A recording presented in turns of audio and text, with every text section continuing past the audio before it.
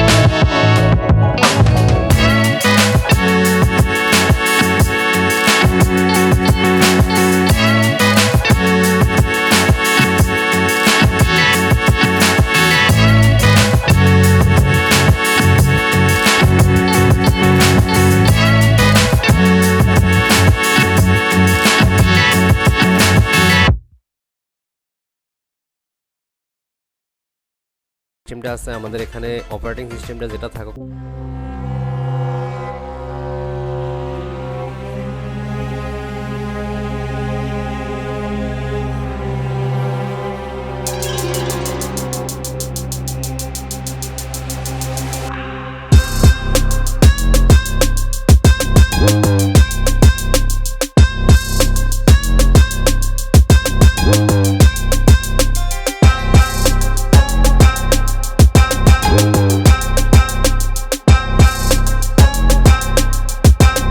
পর এখানে দেখো এই যে অ্যাকসেপ্টেড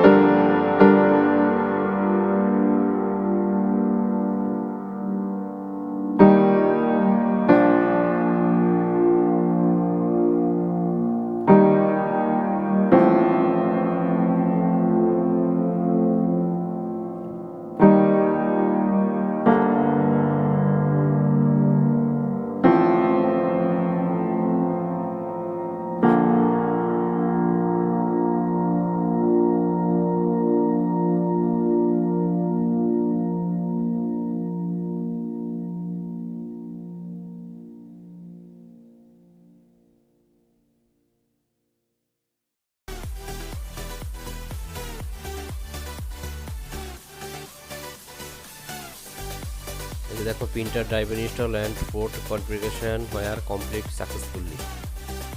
আমরা এটা এখানে কী করবো, ইনস্টল করে দিলাম। এখন আমাদের যেই হচ্ছে আমাদের স্ক্যানারটা যেই আমরা ডাউনলোড দিয়েছি, আমরা স্ক্যানারটা এখন ডাউনলোড কমপ্লিট হলে আমরা এই স্ক্যানারটা আমরা ইনস্টল করে দেব।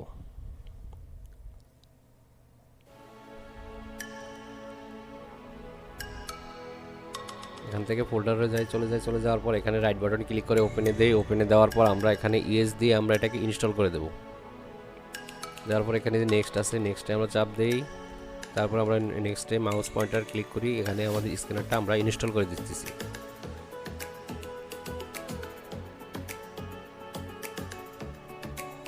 এই প্রিন্টারটা অনেকটা সুবিধা হচ্ছে, আমাদের আলাদা কোনো স্ক্যানারের আমাদের প্রয়োজন পড়ে না। আমাদের এটার সাথেই স্ক্যানার দেওয়া থাকে, স্ক্যানার সহ আমরা কাজ করতে পারি এবং যে কোনো পেপার দেখা গেছে ফটোকপির মতে আমরা এখান থেকে স্ক্যানারে বসিয়ে আমরা ফটোকপি করতে পারি এবং স্ক্যানিং করতে পারি। তো এখন আমরা এই যে ফিনিশ আছে, ফিনিশে মাউস পয়েন্টার ক্লিক করি। তার দিয়ে আমরা এখানে দেখো আমাদের এখানে আমাদের প্রিন্টারটা ইনস্টল হয়ে গেছে। আমরা যদি এখন স্টার্ট বাটনে গিয়ে এখন ডিভাইস অ্যান্ড প্রিন্টারে চলে যাই, তাহলে এখানে দেখো আমাদের এই যে Epson L360 সিরিজ আমাদের প্রিন্টারটা একদম রেডি হয়ে গেছে। এখানে দেখো এই যে টিক মার্ক করা আছে, এখানে এটা টিক মার্ক করা আছে, এটা এখানে দেখো ডিভাইসটা পেয়ে গেছে।